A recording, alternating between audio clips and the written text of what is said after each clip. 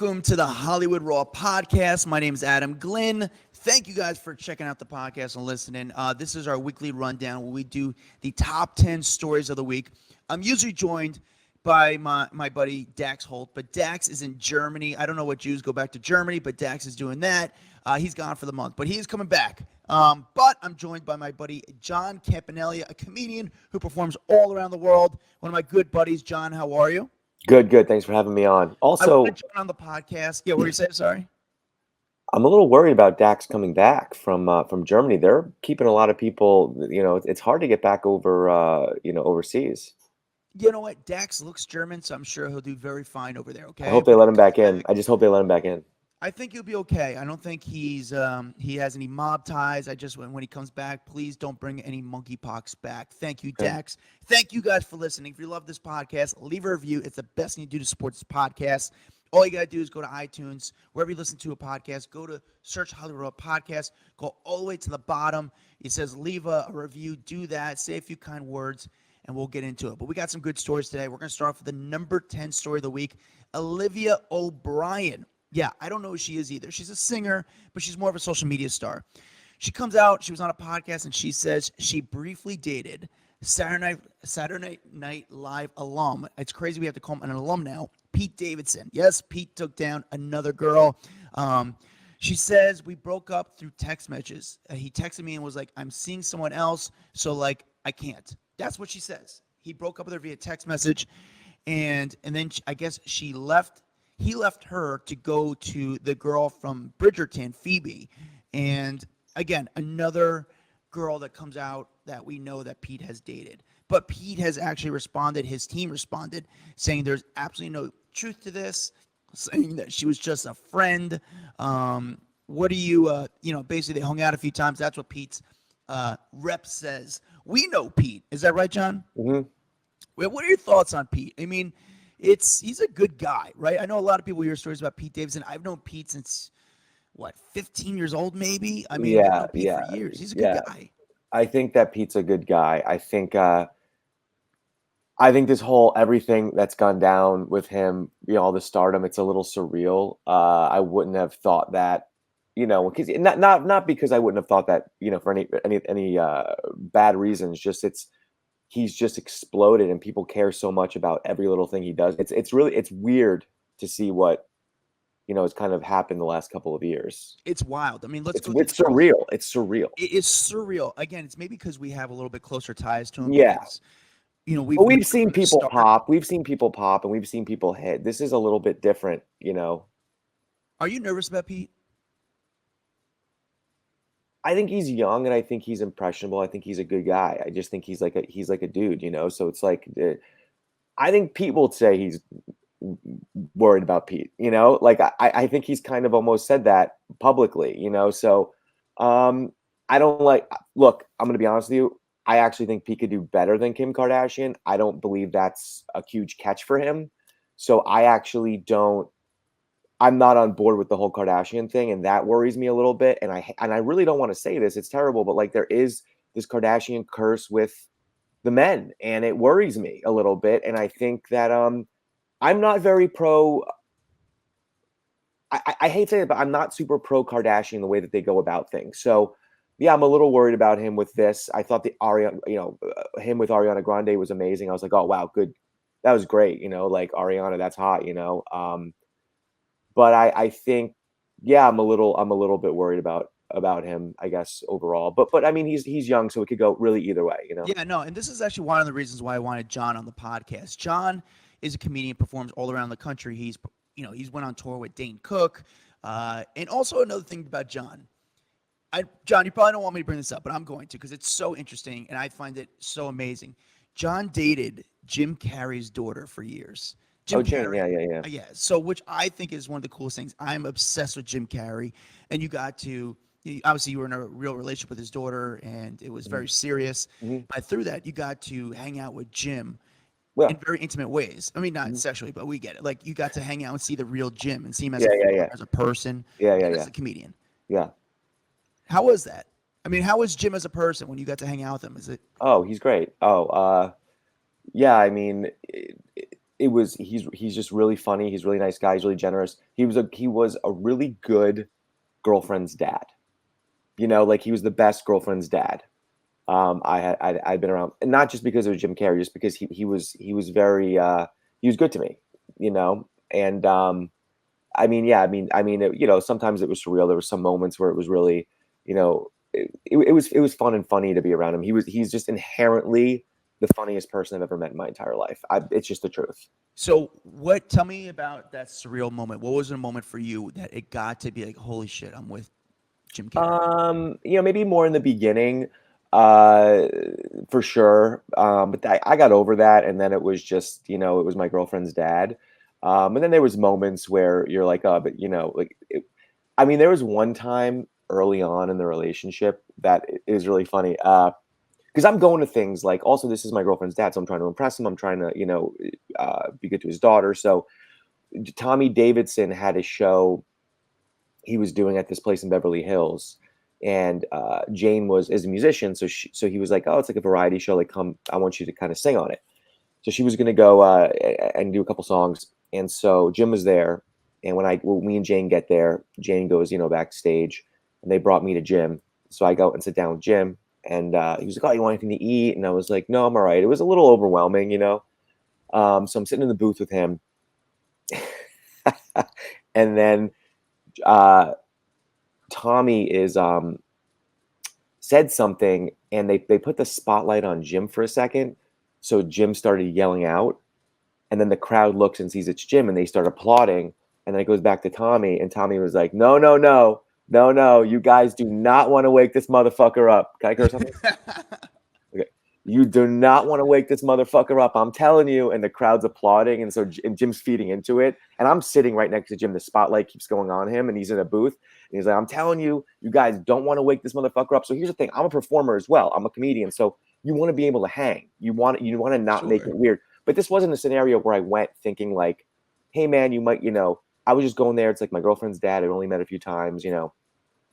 So they put the spotlight on him. Tommy Davidson comes over, and they give Jim a mic. So now him and Tommy start doing dueling Sammys together right next to me, you know? So Jim, he goes from like, hey, do you want something to eat? What's going on? To like transforms into a performer like that in front of my face.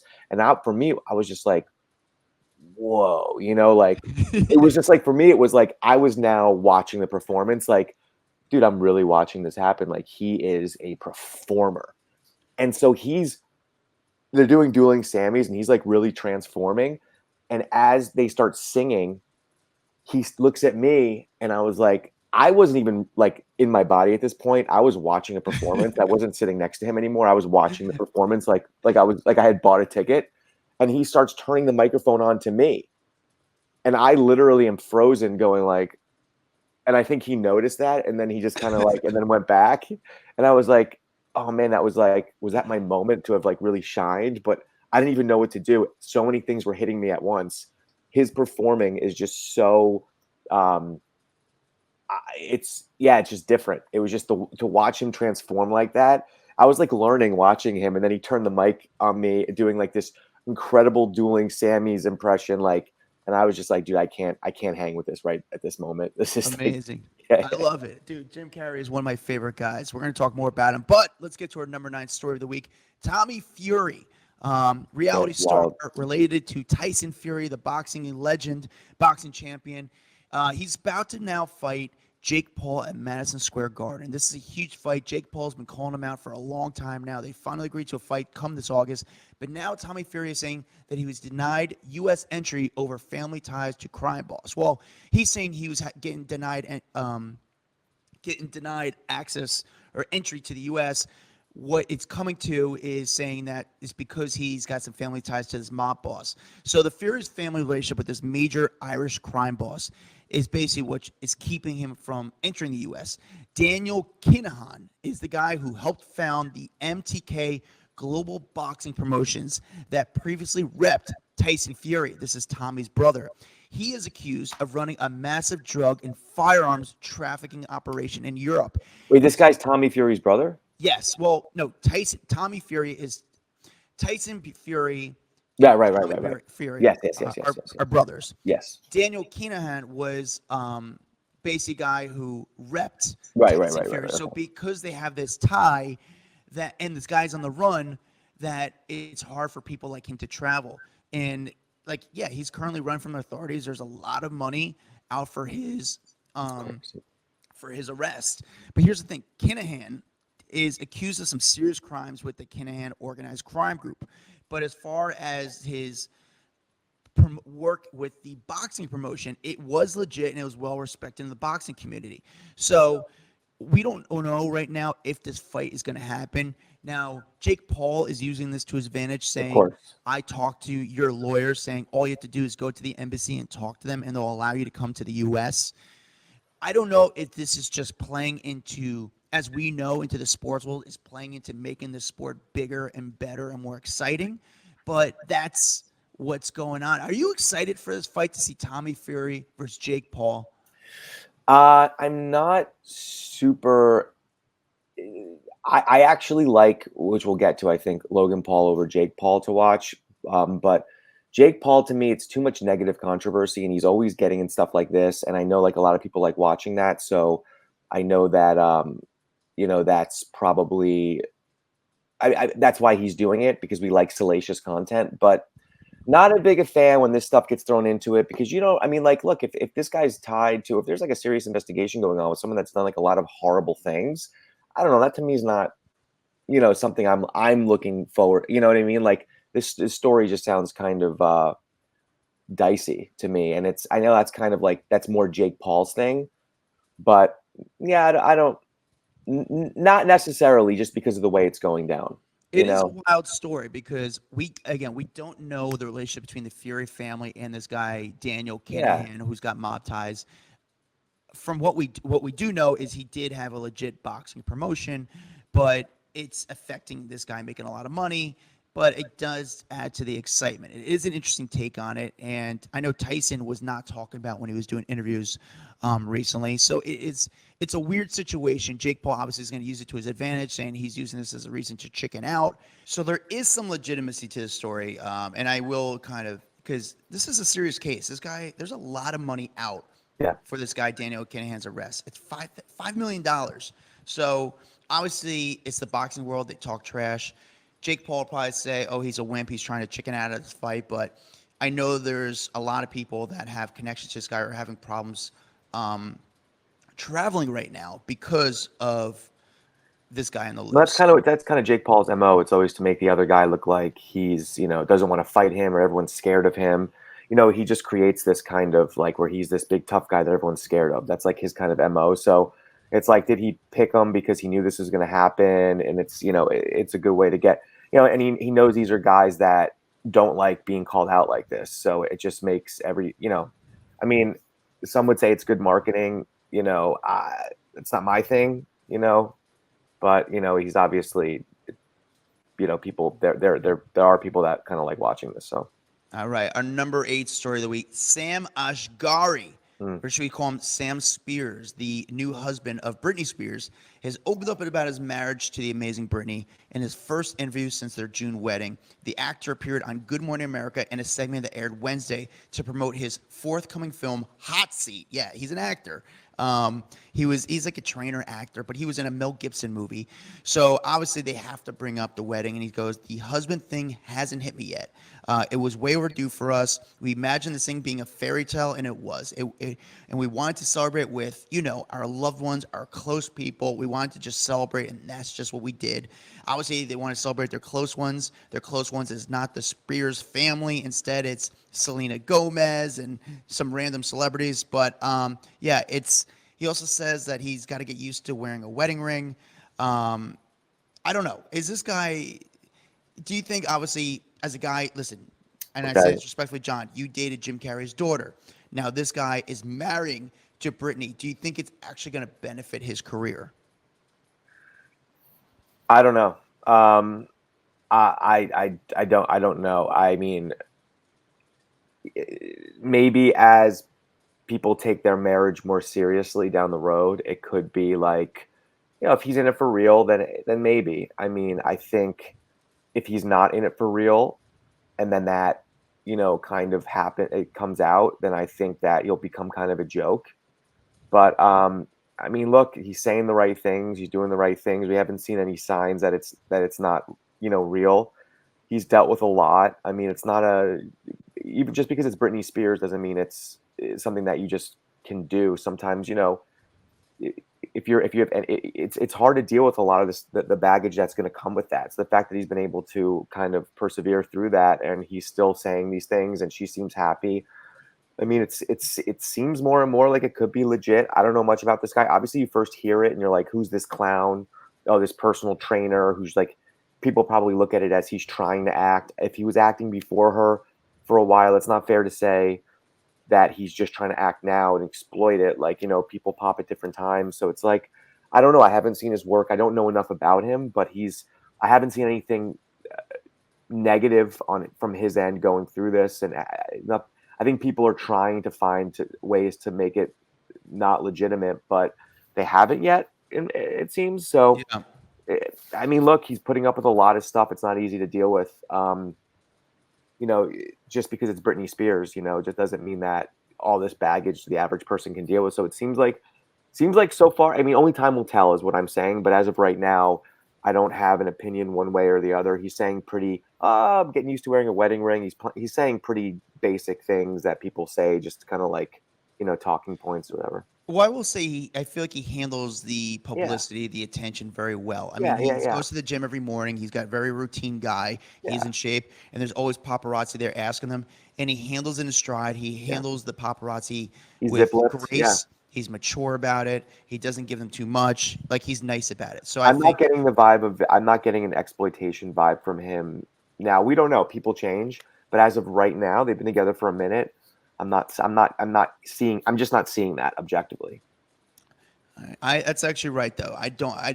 We don't see the exploitation vibe, and she's been in those relationships before where people were exploiting her. Right now, she's still able to stay quiet, and that's probably because he's around her and he's not exploiting her. All right, now to our next story. Wendy Williams wants to come back, and it looks like she's going to come back, not to TV, but we all needed another podcast, and it looks like Wendy is going to come back to the podcast route. It's not decided if she's going to sign with a big podcast network or Spotify, but I think what she's trying to do is kind of put the feelers out there to see if Spotify wants to give her one of those big paychecks like Joe Rogan or Call Me Daddy. But she seems like she wants to go the podcast route. She says she's already spoken to Snoop Dogg and Fat Joe and even the Kardashians about potentially being guests on the podcast. She also reportedly reached out to a member of the former President Donald Trump's family. But again, I feel like what she's trying to do is saying, I'm going on the podcast route. Who wants to pay me? Who wants me on their network? As far as TV, it doesn't seem like it's in her immediate future. But I also feel like nobody wants to give her a TV show, in my opinion. Like a production company might want to give her, the green light. However, a network might not want to give her a green light because of her health issues, and they would put a lot of money into it, and they don't know if she'd be able to kind of finish it, And look what happened to last season's Wendy Williams show. She wasn't able to finish it. They had Sherry Shepherd finish it. So it was a long year last year for the Wendy Williams show. Her name was on the show, but it was for most of the year last year that she wasn't able to host it because she had lymphedema, if that's what it means. I don't even know what it is. Lymphedema. It was, and she's saying she only has 5% of feeling left in her feet, which is a pretty serious thing. That's awful. Yeah, but it's funny that I feel like she's putting these feelers out to see who's going to bite, who's going to take on her podcast, who's going to throw her the most money. Or is she going to go the independent route? So we'll see. All right, on to the next story because we want to keep this moving. I know with this rundown, we like to keep it in and out so you guys can get in and out so you know what's going on for the stories of the week. Logan Paul has signed with the WWE. He's officially become a WWE superstar. The 27-year-old has shared the news on Thursday, posting pics of his contract signing alongside Triple H and Stephanie McMahon at the WWE headquarters. Of course, Logan Paul was at WrestleMania this past year. He wrestled with The Miz, and actually was incredible. First of all, he looked the part. He's a big guy. Logan Paul is big. He's in I shape. actually He's a have former an athlete. opinion. I usually don't have opinion on the Pauls, but I have an opinion on this one. Okay, I'm going to get to that. But Yeah. we don't know how often he is going to be considered, like how often he's going to be on the road with the WWE. So we don't know about that. But it seems like he's going to be involved with multiple events throughout the year. And it's not just for show. He's actually going to be considered a WWE superstar. And I think he's going to really succeed in this. I think he's got the athletic ability, the timing, and the likability to become WWE superstar. Now, John Campanelli, what is your take on this? Okay, so I'm not a fan of the Paul brothers attention seeking. They just, I feel like they feel like people don't care, and they find ways to make people care, which some could respect. I think it's shameless. So very quickly, I'm going to tell you a very quick story. First time I ever saw Logan Paul was years ago. It was before he was even that big. He was like, we started popping on Vine, but also like no one really cared. I was in Trader Joe's because I was in LA. I was in Trader Joe's, and there's this kid, and he was annoying. Everyone's just trying to shop in Trader Joe's, and he was making sure everyone knew he was there, and he had a camera crew following him around. And I literally, no one was like, "Oh, cool." It was like, "Hey, you're being really annoying. Get away. You're unlikable." Like that's how he came off to me. And it was Logan. I was like, "Oh, it's that dude from Vine." Man, I hate what Vine's doing to our culture, because he was just walking around with a camera crew, annoying everybody trying to food shop. And it wasn't funny. It wasn't cool. It was annoying. I've always seen the Paul as attention seeking, and I'm not a fan of it. So with that being said, I like this move for Logan Paul. I think that this is the right avenue for him. I think he finally found something. I hope he sticks to this. I do believe that everything they go into, while they give it more press, they exploit things. Like they're exploiters. You know that, and I don't like that. I don't trust him. He's worked hard, and he has the money to. He has the money to put the time and energy and work and dive into it. So, let's not forget that. But he's worked hard. He is a big guy. He looks the part. He's a good fighter. He's a good fighter. And so this is a good route for him. And I am all for this. I hope he stays in this. And I do think this was a good move on his behalf. This is where I like this. I like this avenue for him. I think it's fun. I think he'll Yeah. enjoy it. I Yeah. think he'll actually go to the wrestling community, which some would say, and I would agree, it's a cult fan base. So if you could win them over, they're going to ride with you for a long time. Yeah. And Good move. look at some WWE superstars have done very, very well. So I think this is a very fun move. And I do think Logan Paul's done some work on himself, and I do think he's in a better place than he was. So I'm rooting for this move. Yeah. All right. Number 5 story of the week. Howard Stern looks like he's going to be in a Marvel. He's going to be part of the Marvel franchise. We don't know if it's a movie or TV show. Howard Stern has spilled the tea during his Sirius XM show, saying apparently, well, he didn't know the mic was on, or so we know. It was a hot mic, and he was chatting with Baba Booey, Gary Del Bate, about possible guests for the show, and he noted that he won't be able to talk much in the summer. And then his co-host, Robin Quivers, is like, if that meant he's working this summer, like she just was like, well, what is that? Stern replies, and again, this is a hot mic. Well, I'm going to do Dr. Doom. He admits he's less than thrilled through saying, but believe me, I'm fucking miserable about it. That's what Howard Stern says. So it was a hot mic. He's caught saying he's going to do Dr. Doom. Obviously, the comic book community blows up. Howard actually said he already hit up Robert Downey Jr. and Jon Favreau for acting tips and help because Jon Favreau directed Iron Man, so he's looking for more advice about the project. Marvel has yet to announce the Doctor Doom project, and it's unclear if it will be a standalone film or a Disney Plus series about the character. We don't know, but I think it's pretty interesting that Howard Stern is going back into acting. And, we saw him in Private Parts. He was a great actor in Private Parts, but now he's going to be a Marvel series. I mean, it's going to be him just playing himself as a radio host talking about the movie. I don't know. We really don't know much more about it, but it's sort of leaked, I don't know, on purpose or not on purpose, about him being Howard Stern being Howard Stern. Yeah, I mean, it's kind of weird that he didn't know the mic was hot. It's Howard Stern being Howard Stern. What do you expect? You put him in a Marvel, it's like, yeah. Yeah, it's Howard Stern is a good actor. I have to say, Howard Stern he's a great actor. Private Parts he was great in. So, but I don't know if he's going to be playing himself. I can't imagine him being Doctor Doom. So we'll see how it is. But I'm curious to see what happens. Will I watch it? probably the only 5 minutes of the part he's in. I probably won't watch the whole thing just because those Marvel series are pretty tough to watch. All right, next story. Bam Margera. This is kind of sad. He's worried he'll never see his son again if he stays in rehab, and that's why he bailed on his rehab again. And his wife is pleading for him to check himself back in, which we'll get into that. Bam Margera, this is the second time. Somehow he's able to walk out of his rehab and go missing. And they found him once, and they brought him back.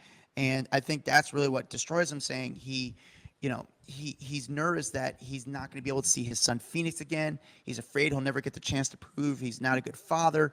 But they did find Bam, which this is just weird. They found him in a hotel in Deerfield Beach, Florida, and brought him back to a new treatment facility, which he voluntarily said, I will go back to another treatment facility. But I don't know how, with all the issues going on, he's able to just walk out of these treatment facilities. I think it's a little more common. I feel like people do that, and they can find ways to do it. I just think the Bam story is sad, and I don't even like hearing about it because I just think like this is a time where like this is the part of the celebrity. When it gets to this degree, this is why I don't like too much. Everyone having to know everything about everyone, this culture. This is why I don't like it. We don't need to. I just like I read this. I go, I don't need to know this. This is. I hope he gets better. Like when this stuff comes out, I'm like, I don't need to know. It doesn't really. Yeah, the stories like this, I agree with you. It doesn't really help anybody. No one wins in this. No one. Yeah. It actually just hurts the family. And lose. this is just. Here's a man who's struggling. And it's difficult. And obviously, we all care about Bam. We want the best for Bam. And that might be the other side of it. Like, hey, we want to let the Bam fans know this is what's going on. This is how he's struggling. It's probably more embarrassing for him than anything, I would assume. I agree. And they had an intervention for him and his family. Well, they had an intervention for him. His parents showed up, and Pete, his close friends showed up to be like. I just think it kind of think it kind of what's what I'm looking for. When you have an intervention, you don't want it to be this public, so it kind of it's counterproductive to have an intervention and have it go public. Like an intervention should be a very private, intimate thing that's very real. It shouldn't be exploited again. It's like, so I don't even like that we know that this big intervention. I don't think anyone should know. I think that's I mean, you're just, this guy's self-worth and value must be so low. We don't need to, keep that private. I agree with you. On to our number 3 story of the week. Travis Barker made a lot of news because he was in the hospital this week. The 46-year-old drummer and husband of Kourtney Kardashian has pancreatitis. I guess he had a colonoscopy, and from that he had some complications, which was pancreatitis. And here's the funny part.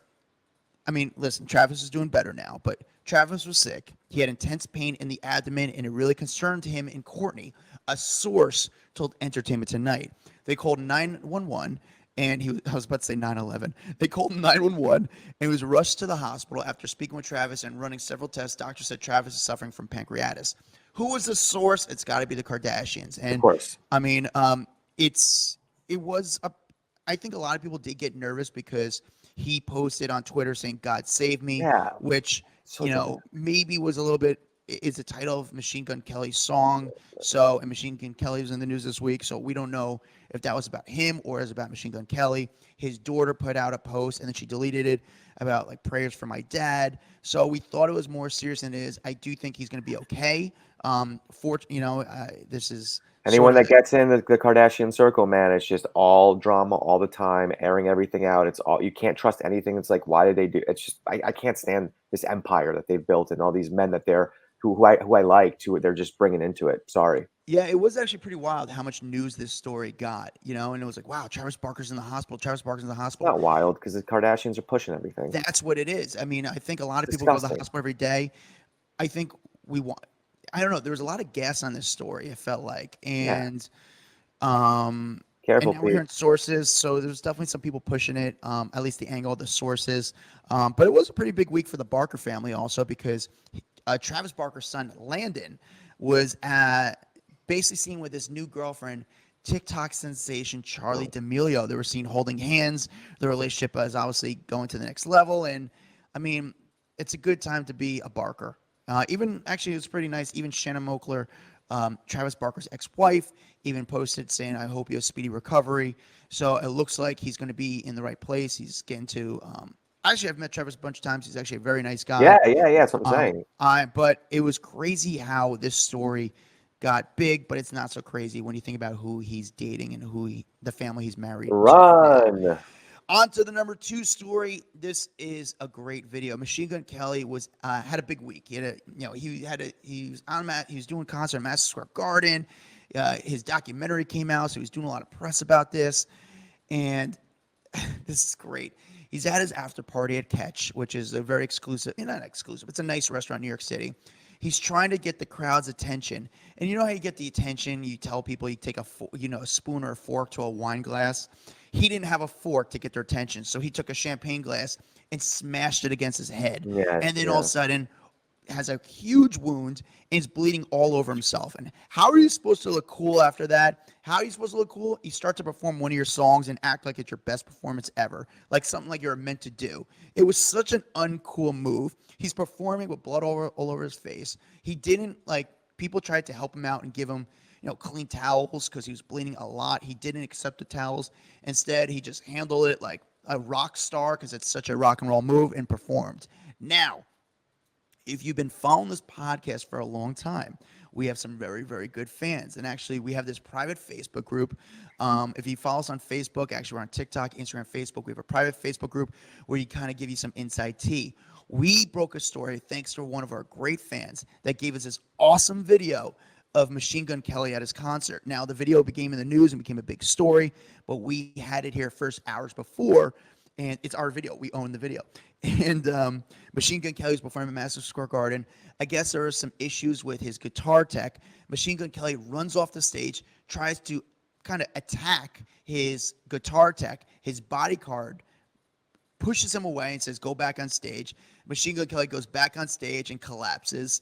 It's a great video, and we had it here first. If you want to, again, we have this private Facebook group where we kind of give you the inside tea. If you have questions, what's going on in the celebrity culture, we give you that. So make sure you follow that group. But what did you think of this video? I mean, it's such a great video. They just don't make him like they used to. They don't make rock stars like they used to. I watched him play in a celebrity basketball game, and it was the worst.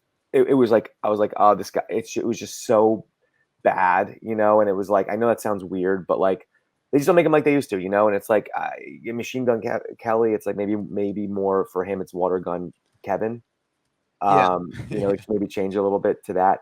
But he's I don't know. I don't dislike the guy. I know he's gone through some stuff. Maybe he's admitted to some drug problems and some mental health issues. So I don't I hope he's okay. And I think he's trying to be that rock star maybe. And I think also this behavior isn't as well received now. So when you do something crazy now, you're just crazy. When you do something crazy back then, Tommy Lee, all those guys, you get away with it. It's a little different. People would just be like, it's kind of funny. And it was just sign of the times also, which is part of it. So I think there's just a lot of things working against what the image he's trying to push. So I think, I don't know. I don't know him, so I can't speak to it specifically, but I'm just saying, I think it's just they don't make them like they used to for several different reasons, just because they won't let you be like, they used to be. So, maybe he's trying to be a little more old school and it's not translating. I don't know. It wasn't a cool move. And I think everyone was like, dude, that was so un-rock and roll. And I feel like, I watched this new documentary where he tries to talk about I'm going to hip hop and rock and roll and his trying to be accepted. It's actually a very good documentary. I enjoyed watching it, but it was such a weird move, and it's like, come on, dude, that was you trying too hard is what it seems like. It was so unnecessary. It was you're forcing it. You're trying way too hard to be cool. It's like, just be normal, you don't say it's hard to say just be normal. Or did he just snap on stage? I mean, or is he just snapping? We don't know that. Is he really trying to, or is he acting is he playing it off and he's really just having meltdowns? But at what point do we stop rewarding these meltdowns? I mean, we'll never. I mean, we keep rewarding Jake Paul. It's the same thing. We're going to continuously give these. We're going to have more of this stuff if we, because this is what people click on. This is what people watch. On to the number 1 story of the week. Now, this one is bittersweet. It's sad, but you're happy there's somewhat closure because it's been a long few years regarding this guy. R. Kelly has just been sentenced to 30 years in federal prison following his conviction for 9 federal charges, including sex crimes and human trafficking. This is crazy. The disgraced singer was in Brooklyn on Wednesday, and they announced his sentence, bringing a close to one of U.S. Attorney's highest-profile criminal prosecution in years. Kelly's known he could get 10 years to life since he was convicted last September on all 9 counts. He declined to give a statement during his sentencing. This is pretty sad because This is dark. This is dark because R. Kelly's over 50. We have to be realistic here. I mean, if he's doing 30 years and if he gets even on good behavior, I mean, there's a chance we could. It sounds. I don't even know if I want to bring this up, but yeah, there's a chance we can never see R. Kelly outside of jail again. And again, this is one of the most talented musicians of all time, as far as in the R&B genre. Came out with some huge classic songs. I think we were all guilty of dancing to some of the songs or liking the songs at some point. But obviously, in the past few years, we saw the documentaries, we saw the news stories. It became wild, and this is serious, not allegations. He was convicted of sex crimes and human trafficking. This is wild, but at least we have some closure to it. So, there's not much to say about it. There's not much to say about it. It's just, it's disturbing, and it's sad, and it's tragic for for so many different layered reasons. It's very tragic, this whole thing. It's scary. There's not much to say about, don't drop the soap in jail. I don't know. I mean, you wonder if a guy like him is going to have problems in jail because it's such a severe crime, and we hear those stories that molesters have a difficult time in jail. There's like those, because people in jail are parents, and you wonder if he's going to have an issue in jail. I don't know. He's been already away for a while, but we don't know. But that is our top 10 stories of the week. John Campanelli, thank you for coming on the podcast. Thanks for having me on. Yeah, and you can make sure to follow John Campanelli on Instagram. His Instagram account is John Campanelli 1, with the number 1. John, John, Campanelli, Campanelli, the number 1. Follow him on Instagram. He's touring all over the country. John's got great stories. John, I could talk to you all about Jim Carrey. But real quick, one last Jim Carrey. How was his house? Oh, I don't want to speak too much about personal stuff, but it was nice. Did he have like the movie memorabilia in there? I guess there's one thing I could, I don't want to say where, but I was able to see like a couple original costumes, which was cool. Yeah, okay. That was cool. That was surreal. Yeah, that's very cool. But guys, thank you guys for listening. Make sure you leave a review, 5-star only, say a few kind words. Follow us on TikTok, Instagram, Twitter, run it all. Follow me at Adam Glyn. Follow Hollywood Raw Podcast on Instagram, Hollywood Raw Pod. And we'll see you guys next time. Keep listening. Thanks, guys. Guys, hope you liked that video. We got a lot more where that came from. Hit that bell, like, subscribe, share with a friend.